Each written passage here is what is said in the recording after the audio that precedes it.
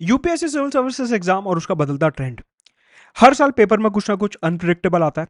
Questions ऐसे आते हैं कि एस्पिरेंट्स उसे हैंडल नहीं कर पाते और क्वेश्चन का लेवल हर साल बढ़ता जा रहा है। ऐसे में हम जब आगे की तैयारी करते हैं 2024, 25 और 26 की तैयारी करते हैं, तो हमारे को अपनी किस तरीके से अप्रोच रखनी चाहिए और जो सिविल सर्विसेज का पैटर्न है उसको किस तरीके से हैंडल करना चाहिए, जो इतने ज्यादा अनप्रिडिक्टेबल क्वेश्चंस और कुछ तो वेग क्वेश्चंस आते हैं, उनको हम कैसे हैंडल कर सकते हैं। सबसे पहले यूपीएससी की अप्रोच समझने की कोशिश करेंगे कि एग्जैक्टली अगर हम पिछला कुछ डेटा निकाल के देखें और अभी करंट का डेटा देखते हैं तो यूपीएससी एग्जैक्टली हमसे क्या चाहता है। सबसे पहले यूपीएससी में 3 पड़ाव होते हैं: प्रीलिम्स, मेंस और पर्सनालिटी टेस्ट, जिसे इंटरव्यू भी बोले जाता है। प्रीलिम्स ऑब्जेक्टिव टाइप का होता है और जो मेंस की परीक्षा होती है उसमें सब्जेक्टिव पेपर आता है, जहां पे आपको या तो मेंस आंसर राइटिंग करनी होती है या फिर निबंध एस्से राइटिंग करनी होती है। इसके अलावा पर्सनालिटी टेस्ट, जहां पे इंटरव्यू बोर्ड आपसे अलग अलग प्रकार के सवाल पूछता है और आपको उसके जवाब देने होते हैं। इस पूरी डिबेट को आगे बढ़ाने से पहले, इस पूरी चर्चा को आगे बढ़ाने से पहले, मैं एक प्रिमाइज आपके सामने रखना चाहूंगा और वो ये कि पिछले कुछ समय से, चाहे वो एसए का पेपर हो, मेंस का पेपर हो या प्रीलिम्स का पेपर हो, यूपीएससी कोई भी एक स्टैंडर्ड सोर्स फॉलो नहीं करता है। अगर हम क्वेश्चंस को देखें, और मैं आपको अभी दिखाऊंगा कि कोई भी ऐसा क्वेश्चन हमारे को देखने को नहीं मिलता जो सिर्फ और सिर्फ एक स्टैंडर्ड सोर्स से सॉल्व हो जाए, चाहे वो स्पेक्ट्रम हो, जीसी लियोंग हो, लक्ष्मीकांत हो या कोई भी अन्य किताब हो, अखबार हो। मतलब कि यूपीएससी का जो पैटर्न है वो बाजार में चलने वाली कमर्शियल कोचिंग की पीडीएफ्स, कमर्शियल कोचिंग की किताबें, अलग अलग पब्लिशर्स की किताबें और इवन न्यूज़पेपर से आगे बढ़ के ऑथेंटिक सोर्सेस की तरफ हमारे को इशारा करता है। तो जब भी आप यूपीएससी के आने वाले समय के लिए तैयारी शुरू करेंगे, आपके दिमाग में हमेशा एक बात होनी चाहिए कि अब वो ट्रेंड नहीं रहा कि हमने एक किताब पढ़ी और हमारा एक सब्जेक्ट पूरा हो गया। अब वो ट्रेंड नहीं रहा कि हमने एक सोर्स को रेफर करा और हमारी यूपीएससी की तैयारी खत्म होती नजर आएगी। अभी ट्रेंड ऐसा हो चुका है कि जहां पे कोई एक सोर्स फॉलो नहीं करा जा रहा है, बल्कि जो most authentic judgements, rules, conventions, bills, notifications, acts हैं, सीधा उनको रेफर किया जा रहा है। मतलब कि यूपीएससी अखबार से भी एक कदम आगे निकल के एस्पिरेंट्स को टेस्ट कर रहा है। फॉर एग्जाम्पल, अगर हम ये 2 क्वेश्चंस देखें, एक क्वेश्चन है प्रीलिम्स 2023 का और एक क्वेश्चन है मेंस 2022 का। दोनों ही भारत के राष्ट्रपति के ऊपर बने हुए सवाल हैं।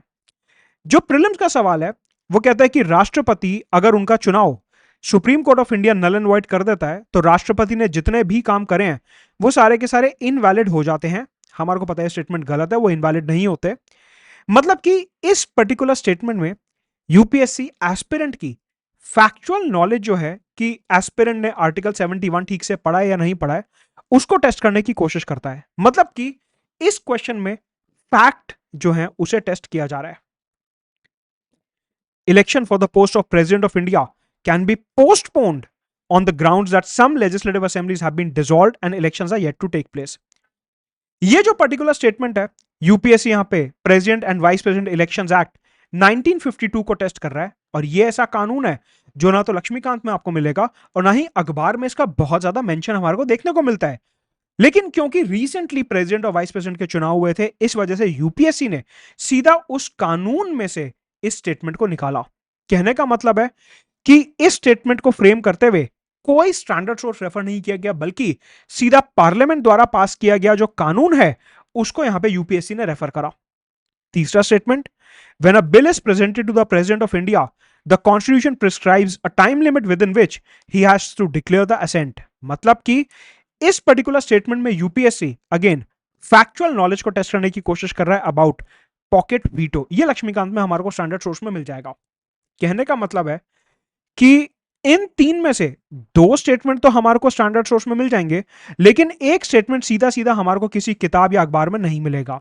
मतलब कि एलिमिनेशन तो आप यहां पे लगा नहीं सकते, क्योंकि अब आ गया pair based question, only 1 pair, only 2, only 3 या नन। मतलब कि आपको अगर तीनों ही वाक्यों के बारे में पता है तो ही आप ये क्वेश्चन अटेम्प्ट कर सकते हो, वरना नहीं कर सकते। ऐसे में हमारे को एक चीज ध्यान रखनी है कि जब भी कोई करंट अफेयर हो रहा है, जब भी कोई इवेंट हो रहा है, तो हमारे को मोर देन स्टैंडर्ड सोर्सेस उसका जो मोस्ट ऑथेंटिक सोर्स है सीधा वो रेफर करना है। या फिर एक सवाल और देखते हैं, प्रेसिडेंट के ऊपर ही आया था, और वो है कि जो नॉमिनेटेड मेंबर्स होते हैं दोनों हाउसेस के और विधानसभा के, they are also eligible to be included in the electoral college. मतलब कि आर्टिकल 54 में इनके बारे में मेंशन किया हुआ है। ये स्टेटमेंट हमारे को पता है जो है गलत है। ये स्टेटमेंट सीधा हमारे स्टैंडर्ड सोर्स लक्ष्मीकांत से निकल सकती है।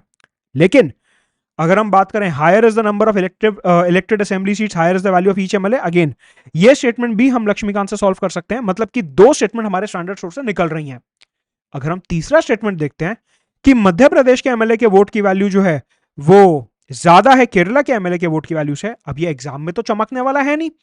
एस्पिरेंट को क्या पता है इतना बारीक फैक्ट, और ये एब्सर्ड फैक्ट है। ये ना तो स्टैंडर्ड सोर्स में मिलेगा और ना ही अखबार में मिलेगा। ये आपको मिलेगा इलेक्शन कमीशन ऑफ इंडिया की वेबसाइट पे। क्यों? क्योंकि election commission of India news में रहा था प्रेसिडेंट और वाइस प्रेसिडेंट के चुनाव को कंडक्ट करवाने के लिए। सिमिलरली डिट्टो सेम लाइंस पे पुडुचेरी और अरुणाचल प्रदेश के ऊपर क्वेश्चन आता है। अगेन किसी भी स्टैंडर्ड सोर्स और अखबार में नहीं मिलेगा आपको। ये स्टेटमेंट जो मिलेगा इलेक्शन कमीशन ऑफ इंडिया की वेबसाइट पे मिलेगा। कहने का मतलब है दो प्रीलिम्स के हमने सवाल देखे जहां पे आधे स्टेटमेंट्स या कुछ स्टेटमेंट्स स्टैंडर्ड सोर्स से निकलते हैं और कुछ स्टेटमेंट एब्सर्ड हो जाते हैं, अनप्रिडिक्टेबल हो जाते हैं, जिसको एस्पिरेंट तो क्या इवन कुछ एजुकेटर्स और लॉयर्स भी सॉल्व नहीं कर सकते बिना टेबल देखे इलेक्शन कमीशन ऑफ इंडिया की वेबसाइट पे। तो ऐसे में आने वाले समय के लिए हमारी अप्रोच ये रहनी चाहिए कि जब भी कोई घटना घट रही है, चाहे वो एनवायरनमेंट की हो, साइंस एंड टेक्नोलॉजी की हो, पॉलिटी की हो, हिस्ट्री की हो, कोई हमारे को एक्सकवेशन में कुछ मिलता है, किसी पर्टिकुलर फिलोसफर के बारे में कोई बात हो रही है, आपको भारत सरकार के जो सोर्सेज हैं उनके ऊपर ज्यादा रिलाय करना है rather than commercial sources. UPSC यहां पे ये इशारा करना चाह रहा है कि जो कमर्शियल कोचिंग की पीडीएफ्स, कमर्शियल कोचिंग के नोट्स, कमर्शियल कोचिंग की किताबें और ये जो अलग अलग अखबारों में कंटेंट दिया होता है, that is not sufficient to handle the questions of UPSC. इन क्वेश्चन से हमारे को सीधे देखने को मिलता है। एक और क्वेश्चन देखते हैं हम कि ये जो आपको नीचे दिख रहा है हरे रंग में, मेंस का सवाल, मुख्य परीक्षा का सवाल 2022 सबसे लेटेस्ट सवाल है।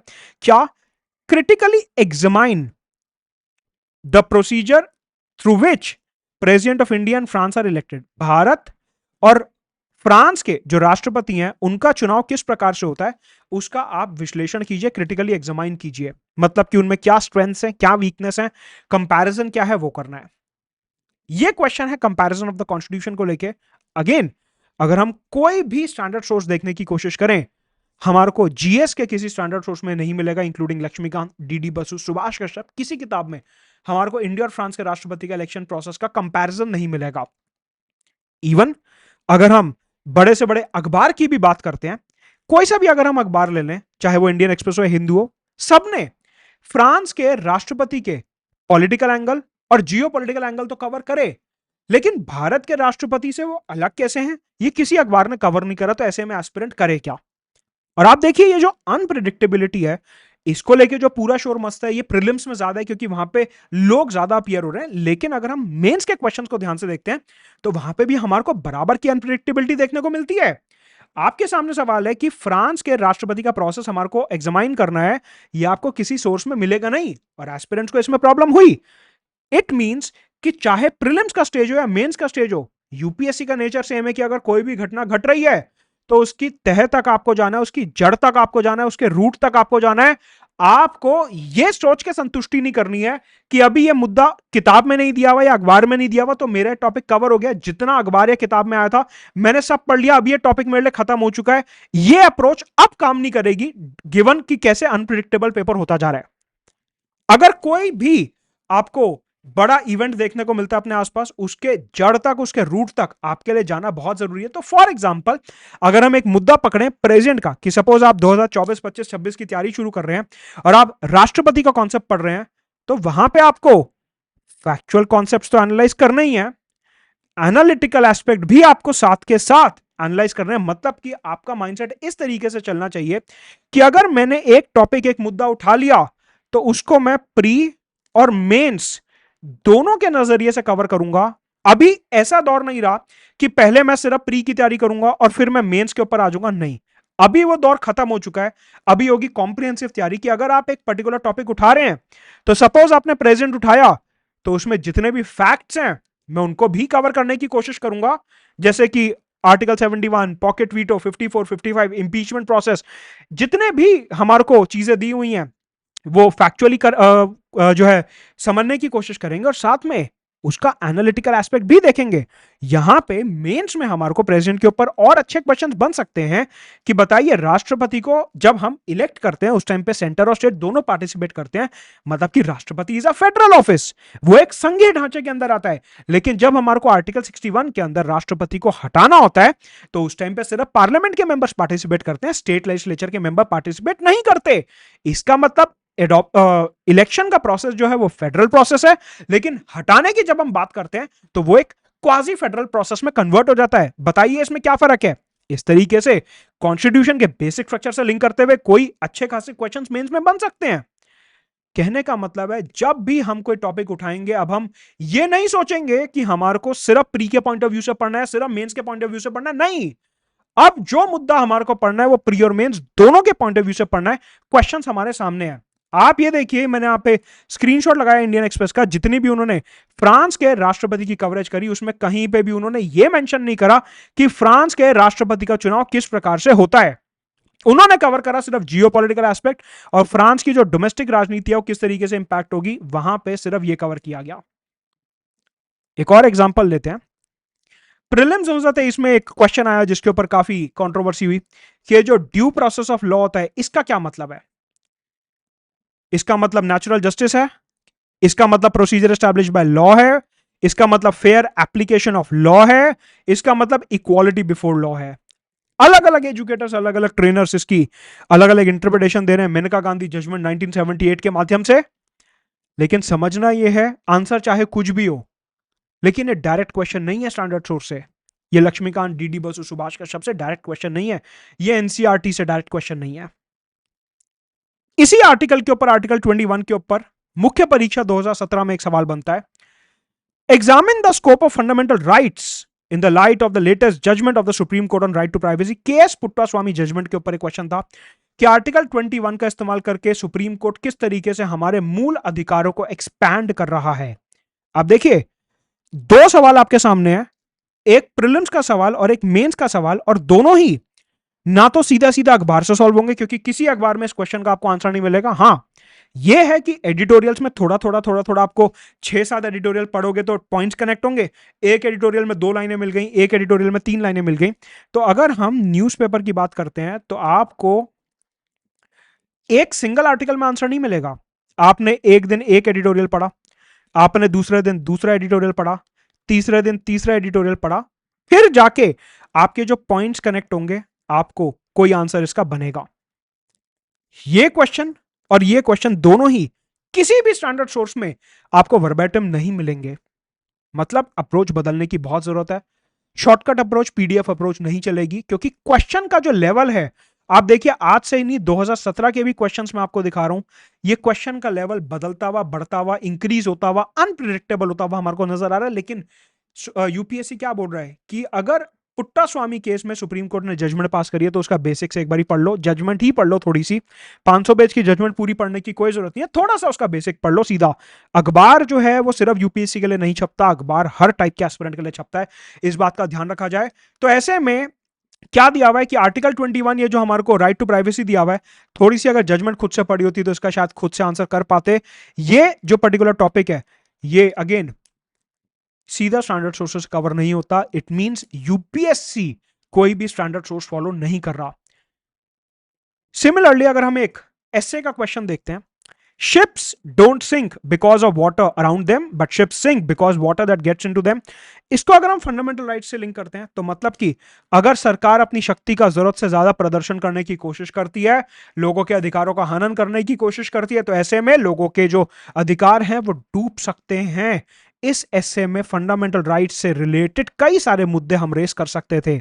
मतलब कि इस एसे में पॉलिटी का जो एस्पेक्ट हमारे को डालना था ना, वो सीधा लक्ष्मीकांत में मिलेगा और अखबार में आपको परोसा नहीं जाएगा कि देखिए ये वाला क्वेश्चन है इसका आंसर नहीं। आपको खुद एनालाइज करना पड़ेगा पीवाईक्यूज के माध्यम से कि हां अगर इस टाइप का एनालिटिकल सवाल आता है तो मेरे को आज के एडिटोरियल में से क्या क्या फॉर्डर पॉइंट मिलेंगे, मेरे को आज के एक आर्टिकल में से क्या क्या फॉर्डर पॉइंट मिलेंगे, वो आपको सोचना होगा। वो जमाना अब नहीं रहा कि आपने मोटी मोटी किताबें रटी और एग्जाम खत्म, पेपर खत्म। नहीं, आपके सामने 3 तरीके के सवाल हैं, एक प्री का सवाल है, एक मेंस का सवाल है और एक एसए का सवाल है। और आप सोचिए कि अगर इन तीनों में हमारे को फंडामेंटल राइट आर्टिकल 21 का इस्तेमाल करना है, आप कहीं पे भी स्टैंडर्ड सोर्स यूज कर ही नहीं सकते 2 लाइन लिखने के लिए भी। मतलब आपको ऑथेंटिक सोर्सेस की तरफ ज्यादा जाना होगा कि सुप्रीम कोर्ट के माननीय जजेस ने जजमेंट के अंदर क्या बात बोली वो समझनी होगी, उनकी भाषा में आपको समझना होगा कि उन्होंने जजमेंट के अंदर क्या बोला है। क्योंकि अखबार जो छप रहा है वो हर आदमी के हिसाब से छप रहा है, एक फूफा जी जो अभी रिटायर्ड है उनके हिसाब से भी छप रहा है, और एक जो एस्पिरेंट दिन रात तैयारी कर रहा है उसके हिसाब से भी छप रहा है। तो अखबार के लिए ये ह्यूमनली पॉसिबल नहीं है कि वो पूरी जजमेंट अखबार के अंदर आपको परोस के दे दे, वो समरी ही दे सकता है, और यूपीएससी समरीज के आगे बढ़ चुका है। ये बात हमारे को समझनी होगी यहां पे। सिमिलरली क्वालिटी तक ही सीमित नहीं रहते, आईआर पे भी चलते हैं। ये क्वेश्चन प्रीलिम्स 2022 में पूछा गया सेनकाकू आइलैंड के ऊपर, और हमारे को पता है चाइना और जापान का इसको लेकर डिस्प्यूट चालू रहता है। कहता है कि इसमें से चारों में से कौन सा स्टेटमेंट जो है सेनकाकू आइलैंड को बेस्ट डिस्क्राइब करता है, इसमें से कौन सा स्टेटमेंट सेनकाकू आइलैंड्स के बारे में है, कि ये जो है आर्टिफिशियल आइलैंड है, इनके ऊपर चाइना जापान का कोई डिस्प्यूट चालू है, यहां पे अमेरिका ने मिलिट्री बेस बनाया है, या फिर इंटरनेशनल कोर्ट ऑफ जस्टिस ने इसको लेके एक जजमेंट पास करी है।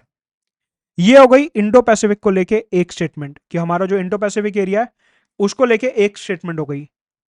मेंस 2016 में Indo Pacific South China Sea को लेके एक सवाल और निकलता है कि South China Sea has assumed great political significance in the present context comment, कि आज की तारीख में साउथ चाइना सी में क्या हो रहा है, जो 9 लाइन है उसके माध्यम से चाइना क्या करने की कोशिश कर रहा है, स्कार्बोरो शोल पैरासेल आइलैंड में क्या हो रहा है, ताइवान में क्या हो रहा है, इस तरीके से यहां पे ल्यूजोन में क्या हो रहा है, मनीला फिलीपींस में क्या हो रहा है। इस तरीके से यूपीएससी समझना चाह रहा था कि साउथ चाइना सी में आज की तारीख में क्या हो रहा है।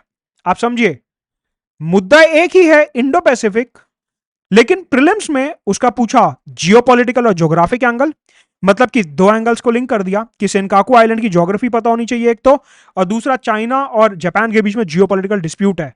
सिमिलरली जो मेंस का इसने सवाल पूछा साउथ चाइना सी के ऊपर, वो अगेन मल्टी डायमेंशनल हो गया, जियोपॉलिटिकल सिग्निफिकेंस, कि आप बताओ यहां पे Australia, Japan, south Korea, ASEAN के देश, इंडिया, चाइना किस तरीके से आपस में साउथ चाइना सी में इन्वॉल्व है, जियोपॉलिटिकल एस्पेक्ट। यहीं अगर हम एक एसए 2020 का सवाल देखते हैं जियो पॉलिटिक्स रिलेटेड, तो अपने को क्या मिलता है, technology as the silent factor in international relations, कि साउथ चाइना सी से अगर हम इस एसए को लिंक करने की कोशिश करते हैं तो वहां पे चाइना किस तरीके से आर्टिफिशियल आइलैंड बना रहे, एयरक्राफ्ट कैरियर्स, न्यूक्लियर सबमरीन्स और रॉकेट लॉन्चर्स को जो है स्टेशन कर रहा है, और किस तरीके से अपना मिलिट्री दबदबा साउथ चाइना सी में 9 लाइन में बना रहा है, और कैसे नियो कॉलोनियल एक्सपेंशन की तरफ चाइना आगे बढ़ रहा है। मतलब Indo Pacific as a topic जब आप कवर कर रहे हो एज एन एस्पिरेंट 2024, 25, 26 के लिए, तो आपके दिमाग में सिर्फ जेम्स बॉन्ड, एक था टाइगर, पठान टाइप चीजें नहीं चलनी चाहिए कि अगर इंडिया ने कल को अटैक कर दिया तो चाइना क्या करेगा, चाइना ने अटैक कर दिया तो यूएस हमारे को बचाने आएगा। नहीं, इस तरीके से इंटरनेशनल रिलेशंस नहीं चलता। यूट्यूब भरा पड़ा इस टाइप के वीडियो से, मानिए चाइना ने इंडिया पे अटैक कर दिया तो कल जापान क्या करेगा, ये टाइप के वीडियो आपको मिल जाएंगे, बट एग्जाम का वो रेलेवेंसी नहीं है। आपके सामने सवाल है, आप देखिए इस टाइप का क्वेश्चन कहीं भी नहीं बन रहा है। कहने का मतलब है कि ये जो इंडो पैसिफिक के ऊपर आप एनालिसिस करोगे, ये आपको ज्योग्राफिकल पॉइंट ऑफ व्यू से भी करना है। आपने देखा कई सारे ज्योग्राफी मैप बेस्ड क्वेश्चन हमारे को प्रीलिम्स 2022 और 23 दोनों में देखने को मिलते हैं। मतलब कि आपको पता होना चाहिए कौन सा आइलैंड कहां पे है, कौन सी डिस्प्यूट लोकेशन कहां पे है, नॉर्थ कोरिया में कौन सा डिस्प्यूट चल रहा है, ये सारी बातें इंडो पैसिफिक में पता होनी चाहिए। जियो पॉलिटिकली इस एरिया में क्या हो रहा है ये पता होना चाहिए, कि ताइवान स्ट्रेट से यूएस के शिप्स निकल रहे हैं, मलक्का स्ट्रेट में क्या हो रहा है, जावा स्ट्रेट में क्या हो रहा है, ये सारी चीजें आपको पता होनी चाहिए। इकोनॉमिक एंगल, कि किस तरीके से Belt and Road Initiative, debt diplomacy, Asia Africa Growth Corridor, Blue Dot Network, ये सारी चीजें ग्रो कर रही हैं इंडो पैसिफिक में। मतलब कि जब आप एक मुद्दा उठा रहे हो तो उसे इस प्रकार से उठा रहे हो कि चाहे प्रीलिम्स का सवाल हो, मेंस का सवाल हो या एसए का सवाल हो, अपना निकलना चाहिए एक कॉम्प्रिहेंसिव अप्रोच। अब अगर मैं ये बात करूं टेक्नोलॉजी एज अ फैक्टर की, ये आपको किसी किताब में लिखा हुआ नहीं मिलेगा कि हाँ ये वाली बुक ले लो एसए की, उसमें सारे एसएस कवर्ड है। नहीं, आप धीरे धीरे धीरे धीरे इस टॉपिक के ऊपर बिल्डअप करोगे। एक एडिटोरियल आया उसमें एयरक्राफ्ट कैरियर के बारे में लिखा था, नोट्स बना लिए। अगले दिन कोई दूसरा एडिटोरियल आया उसमें स्पेस टेक्नोलॉजी के बारे में लिखा था कि साउथ चाइना सी के ऊपर चाइना को स्पेशल टाइप का सैटेलाइट लॉन्च कर रहा है, हमने उसके बारे में लिख लिया। कोई बात हुई न्यूक्लियर सबमरीन्स की, उसके बारे में हमने पॉइंट्स लिख लिए। टॉपिक वाइज जब हमने 2-3 महीने तक नोट्स बनाए तो जाके हमारे कई सारे मुद्दे जो है तैयार हुए इस एस्से में लिखने के लिए। तो एग्जाम की रिक्वायरमेंट एक कंपाइलेशन पीडीएफ से फुलफिल नहीं होती है। एग्जाम जो है वो इस मुद्दे पे है कि अगर एक पर्टिकुलर टॉपिक है, चाहे वो राष्ट्रपति हो, फंडामेंटल राइट्स हो, आईआर हो, इंडो पैसिफिक हो, यूरेशियन पॉलिसी हो, सेंट्रल एशिया हो, अगर एक मुद्दा है तो उसका मल्टी डायमेंशनल एनालिसिस कैसे होगा? अगर आईआर है तो ज्योग्राफी, जियोपॉलिटिकल, इकोनॉमिक, साइंटिफिक क्या एस्पेक्ट्स निकल रहे हैं। अगर पॉलिटी का मुद्दा है, federalism, secularism, sovereignty, democracy, basic structure, इस टाइप के क्या मुद्दे निकल रहे हैं। मतलब कि एक टॉपिक जब आपके सामने आ रहा है, आपको उसे सिंगल डायरेक्शन में नहीं देखना जैसे किताब में दिया हुआ है। किताबों में जो चीजें दी हुई हैं वो सिंगल डायमेंशनल तरीके से दी हुई हैं कि आपको एक टॉपिक दिया, article 19 freedom of speech and expression, बात खत्म। लेकिन किताबों में सेडिशन के बारे में, अपने अलग अलग कानूनों के बारे में नहीं लिखा। फ्रीडम टू फॉर्म एसोसिएशन लिख दिया, लेकिन किस तरीके से फॉरेन कंट्रीब्यूशन रेगुलेशन एक्ट के अंदर एनजीओ के लाइसेंस कैंसिल किए जा रहे हैं, यह किताबों में आपको नहीं मिलेगा। ये एनालिसिस आपको करना है प्री मेंस इंटरव्यू के पॉइंट ऑफ व्यू से कि एक मुद्दा अगर न्यूज में है तो उसका 360 डिग्री एनालिसिस कैसे करना है, वो आपको सोचना है। ना तो वो कोचिंग पीडीएफ सोचेगा, क्योंकि पीडीएफ की जो थिकनेस है वो बढ़ गई तो उसकी पीडीएफ बिकेगी नहीं। ना वो अखबार वाला सोचेगा, उसको 8 रुपए का अखबार 15-16 पेज के अंदर छापना है, वो नहीं लिखेगा। और ना ही ये कोई एडिटर जो है पब्लिशर लिख सकता। क्यों? क्योंकि किताब जो है उसकी भी लेंथ कम रखनी है, पर पेज कॉस्ट होती है। तो यूपीएससी सीधा सीधा बोल रहा है कि भाई मैं कोई सोर्स फॉलो नहीं करूंगा, एस्पिरेंट अपनी मर्जी से इस भ्रम में है कि लक्ष्मीकांत काफी है, हिंदू इंडियन एक्सप्रेस काफी है, ये सर की कंपाइलेशन काफी है, ये सर का पीडीएफ काफी है। ये एस्पिरेंट का भ्रम है, यूपीएससी नहीं बोल रहा। ये उसने कहीं नहीं लिखा हुआ कि मैं यहीं से सवाल पूछूंगा। ये एक अफवाह फैली हुई है। यूपीएससी कह रहा है जो मुद्दा है मैं सीधा सरकारी सोर्सेस से कवर करूंगा, अब वो पढ़ो। तो फाइनल अप्रोच आप देखिए, ये क्वेश्चन बना मेंस का 2020 में। वो क्या कह रहा है? Epidemic diseases act, disaster management act और फार्म लॉस, ये जो है भारत के फेडरलिज्म, क्वाजी फेडरलिज्म के पर्सपेक्टिव में इनका एनालिसिस करिए। पहली बात तो डिजास्टर मैनेजमेंट एक्ट आते ही एस्पिरेंट पढ़ता है क्या? एसडीएम है, एनडीएम है, स्ट्रक्चर पढ़ लिया, खत्म। हाँ सर, पूरा डिजास्टर मैनेजमेंट एक्ट पढ़ लिया। लेकिन आप समझिए, एक कानून कोविड के टाइम पे जो सबसे ज्यादा न्यूज में था, यूपीएससी ने उसका एनालिसिस पूछ लिया। और ऐसा नहीं है कि ये वन ऑफ अ क्वेश्चन है। अगर आप प्रीलिम्स 2023 देखो, वहां पे भी official secrets act, evidence act, इनके बारे में भी एक सवाल आया। मतलब कि यूपीएससी एक कानून के फैक्ट्स भी पूछ रहा है और एक कानून का एनालिसिस भी पूछ रहा है from the view point of basic structure of the Indian constitution. मतलब कि जब भी आप कोई मुद्दा देख रहे हो, उसके सिर्फ फैक्ट्स नहीं देखने हैं पॉलिटी में, आईआर में, उसके सिर्फ और सिर्फ जो तथ्य हैं वो नहीं देखना है, उसका एनालिसिस भी देखना है कि वो मल्टी डायमेंशनल तरीके से कैसे इंपैक्ट कर रहा है समाज को, सोसाइटी को, जियोपॉलिटिक्स को, दुनिया को, इकोनॉमी को, एनवायरमेंट को। अब ये क्वेश्चन देखिए कैसा मल्टी डायमेंशनल क्वेश्चन है कि ये कितने सारे टॉपिक्स को एक साथ लिंक कर रहा है। तो यहां पे जो मैं प्रिमाइज आपको लेके चला था कि एक सोर्स काफी नहीं है, यूपीएससी कोई सोर्स फॉलो कर ही नहीं रहा। यूपीएससी बनाने वाले बैठे हैं मिनिस्ट्री वगैरह में इधर उधर, वो कह रहे हैं ये मुद्दा है, इसके ऊपर क्वेश्चन दे दो। वो नहीं फॉलो करेंगे अखबार को, किताबों को। ये आपने बना रखा है कि किताब ये फॉलो कर लो, अखबार ये फॉलो कर लो, वो मुद्दा फॉलो कर रहा है। तो कहने का मतलब है आपकी अप्रोच क्या रहनी चाहिए? जब भी आप कोई टॉपिक पढ़ने बैठ रहे हो, सबसे पहले देखो उसका पीवाईक्यू, उससे जुड़ा पीवाईक्यू, उससे पैरेलल पीवाईक्यू। सॉल्व नहीं करना, सिर्फ देखना है। उससे आपको ये समझ आएगा कि किस किस डायमेंशन में मैं एक चीज को पढ़ सकता हूं। एक बार ये क्लियर हो गया, फिर उस मुद्दे को अपने आप पढ़िए, चाहे किताब से, अखबार से, या खुद से गूगल करिए। क्योंकि मल्टी डायमेंशनल तरीके से अगर आपको पढ़ना है तो वो आप ही के ऊपर है, इसमें कोई आपकी बहुत ज्यादा मदद नहीं कर पाएगा। तो आपको यह समझना है कि मल्टी डायमेंशनल अप्रोच जो है वो आपको फॉलो करनी पड़ेगी। मतलब कि चाहे वो फैक्चुअल क्वेश्चन हो एक्ट्स के ऊपर, चाहे वो एनालिटिकल क्वेश्चन हो एक्ट्स के ऊपर, आपको ही यहां पे एफर्ट करना पड़ेगा। आपको पकी पकाई पीडीएफ किताबें, अखबार से नहीं होगा कुछ। खास तौर से आप ये जो रोज सुबह उठ के 20-30 मिनट के न्यूज़पेपर एनालिसिस देखते हो, इनमें से एक सिंगल सवाल उन न्यूज़पेपर के एनालिसिस से नहीं निकलेगा। क्लेम करने को कोई भी कर लेगा, लेकिन आपको भी पता है नहीं निकलेंगे इस टाइप के सवाल। तो आपको यहां पे क्या करना है? सिर्फ और सिर्फ फैक्ट्स के ऊपर रिलाय नहीं करना है। मतलब कि अगर आप ये शॉर्टकट पीडीएफ, शॉर्टकट फॉर्मूले, शॉर्टकट ये इसके पीछे भागोगे तो इस टाइप के सवाल, इस टाइप के सवाल आपको नहीं निकल पाएंगे।